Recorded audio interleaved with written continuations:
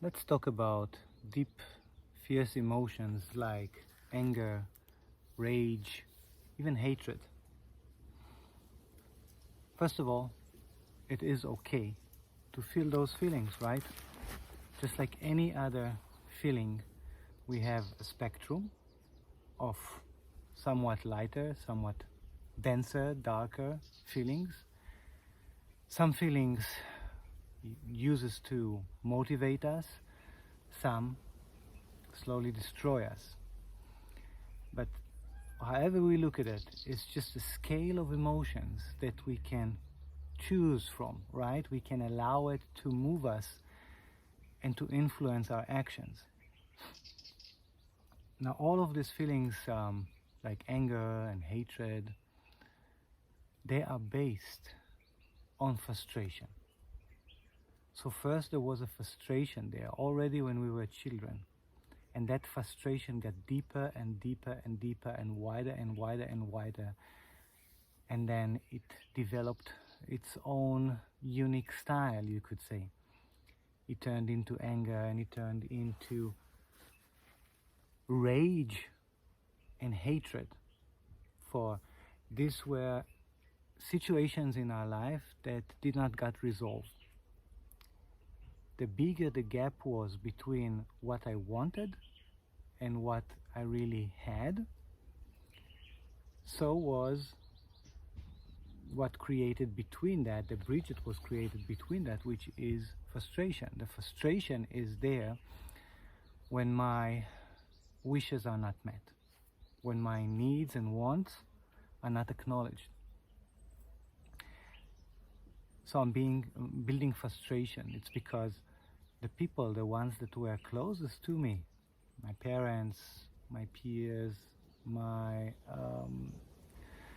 brothers and sisters, my caretakers, they did not acknowledge certain feeling that I had. And the child perceives that an unacknowledgement of self, because when the child is born, the ego is the dominant part, and the child perceives everything to be part of who or she is, including their own parents. So when something is denied and not acknowledged, this is perceived for the child as, I am not being acknowledged. Part of me is being denied. And that distorts reality. And that creates a separation between who I am and who I want to express myself, or how I want to express myself. It creates a separation and a gap between what is and what I know should be, or what I want to be, right? So that gap is frustration, and the deeper it is, or let's say when we are not attending that gap, and a child cannot attend that gap on his own, then that builds anger. And when anger stands too long, it builds rage. Rage is already the point where anger has to be expressed. And when we finally express rage, and even that is being denied of us, of the kid, being unacknowledged, then it creates an even deeper gap. And that leads to hatred. You could even look at it as colors, right? From orange, which is anger, to red, which is rage, to hatred, which is black. And that already gives you a signal towards also the color that I'm wearing, which is our inner sun, our solar plexus. This is the place that experiences anger and then rage.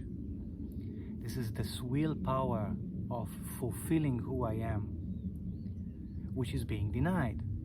This is this power that wants to express itself in the world, which is being denied or not being acknowledged. And that color is deepening and denser and getting denser and denser to the point of oblivion, the black. Now what happens is that the mind starts to kick in at one point.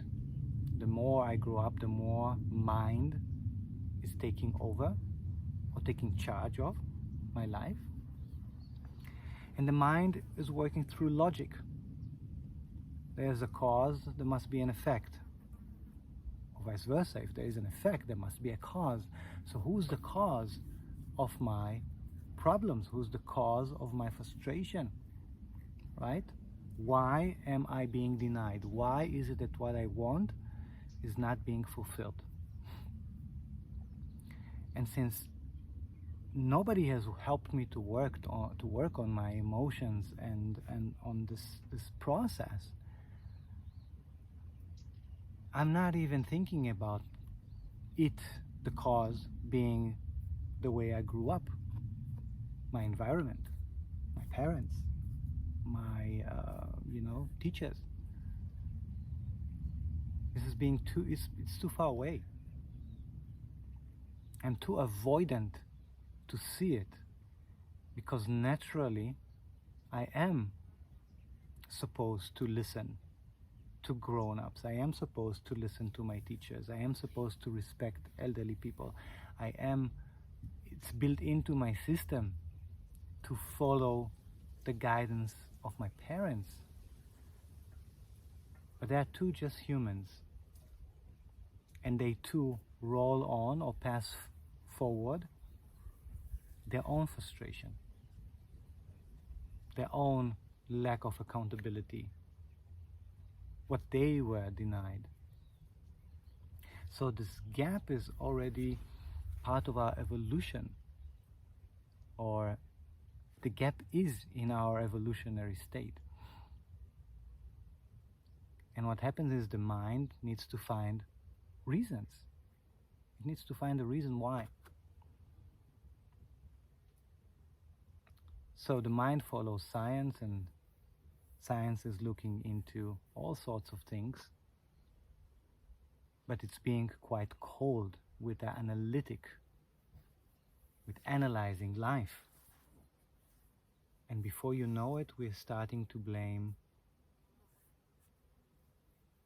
a certain type of existential beings, like bacteria or viruses, and then a certain ethnic group.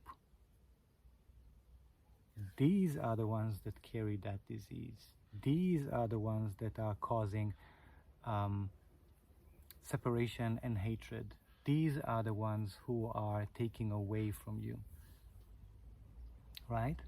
Very quickly, the mind finds a cause,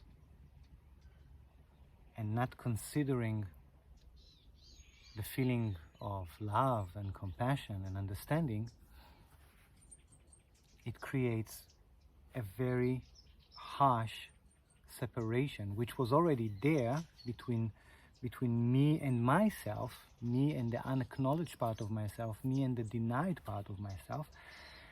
Now that denied part of myself have received a name and a face. The Jews, the fanatic Islam,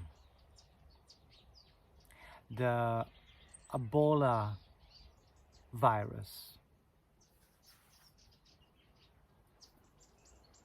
all sorts of names we have already in science and in modern medicine, and in this or that theories.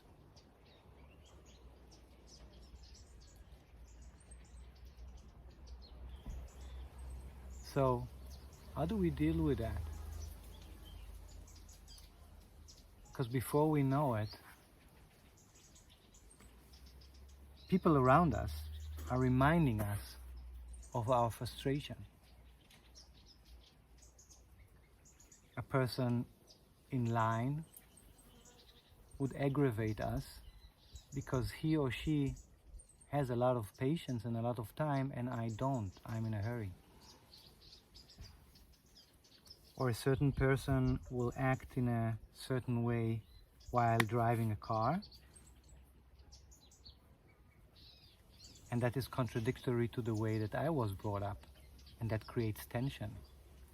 That evokes that frustration, that denied part in myself.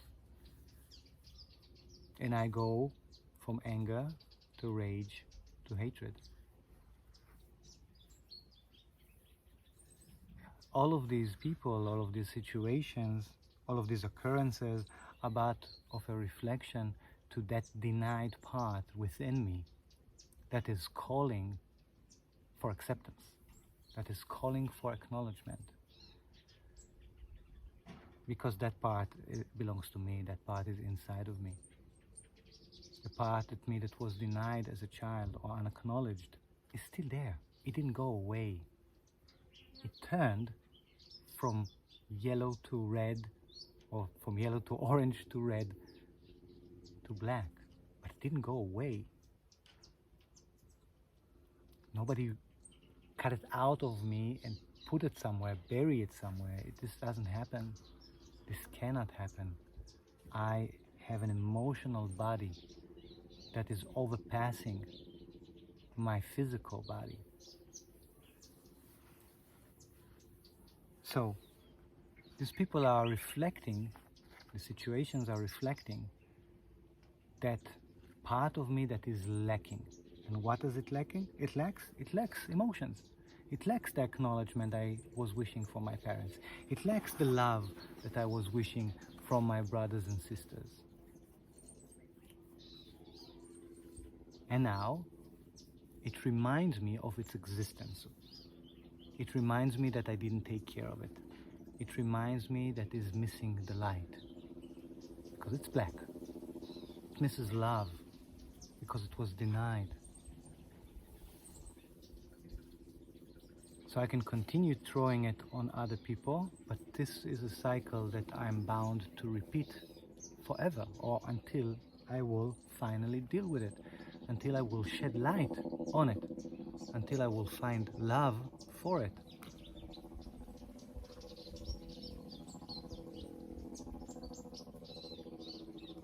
So how do you deal with it? You understand where it comes from, and you understand the process involved. And you, next time when something like this happens, you stop yourself. You take responsibility of your own thoughts and emotions, and you don't jump to conclusions, and you don't jump to react. You take a deep breath and you remind yourself, everything is inside of me, right? Even if I was triggered by someone else, right? Somebody pushed my buttons, those buttons are inside me. This trigger is inside of me. So it's about me. And I take a deep breath with that. And I remind myself that it's there exactly for that, for the reminder that it's lacking acknowledgement, that it's lacking love. And then I shift that, right? I take that blackness and I put light on it. I take that hatred and I fill it with love, with self-love. I remind myself what it means to be who I am, and that it's okay to be who I am. It's okay to be frustrated. It's okay. For this is what the root cause is. That when I was frustrated as a child, that was denied.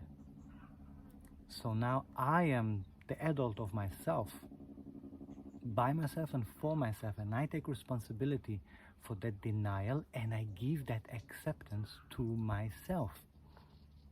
It is okay to be frustrated.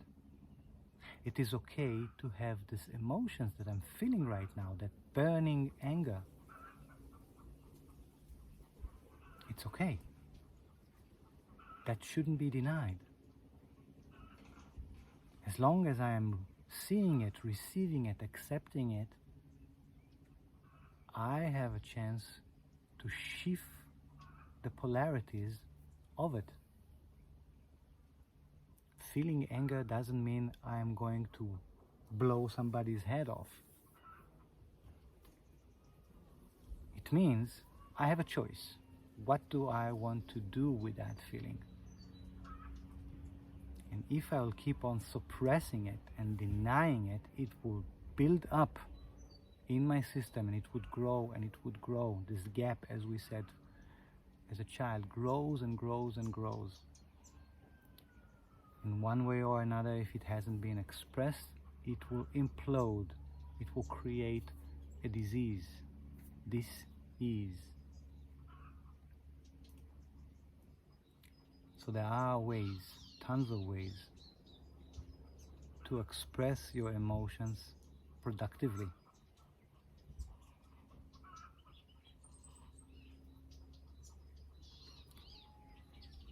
Doing so without harming yourself or others. You take it to nature, you take it out on a piece of paper, on a pillow. You express. And while you are expressing, you will see how it subsides. The intensity of it subsides and it shifts. But it needs to be expressed. So allow expression. There are plenty of healers out there and people who work with emotions or with the emotional body that can help you with that. There's plenty of information online on how to do so. You can use all sorts of ways, from meditation to dance to expressing yourself in writing, to painting, to throwing stones in a river, to hug a tree, to hit a pillow. All sorts of ways. What is right for you, only you know. Take the time and explore some of them. But remember, imperative is to express it.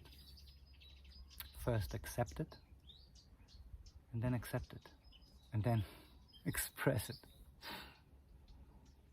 All right, my friends. Take good care of yourself. Take good care of your emotional body. It's an imminent part of who you are.